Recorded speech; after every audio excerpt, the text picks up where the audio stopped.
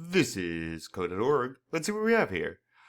Where will the painter be located after the code segment executes?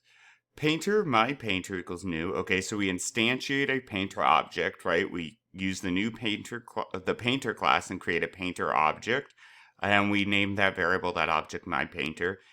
So this is going to be a condition. We're asking the computer a question, and it has to be true or false. So what question are we saying? We're saying, hey, go look at the my painter class, and there must be a method in there that gets executed that checks if the painter can move. So wherever that painter class is, our instantiated class, run this can move method, and it must be returning true or false, right? Because a conditional statement, an if statement, must have a true false to execute properly. So I guess the computer will either say true or false, we can move.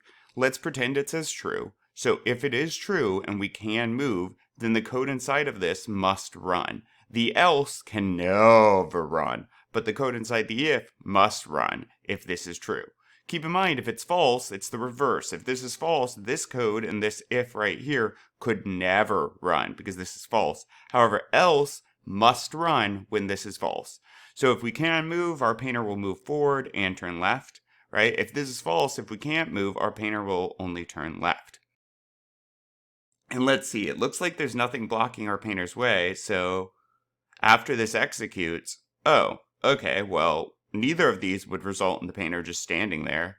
Facing backwards, no. So if it is false, our painter would turn to the left, right?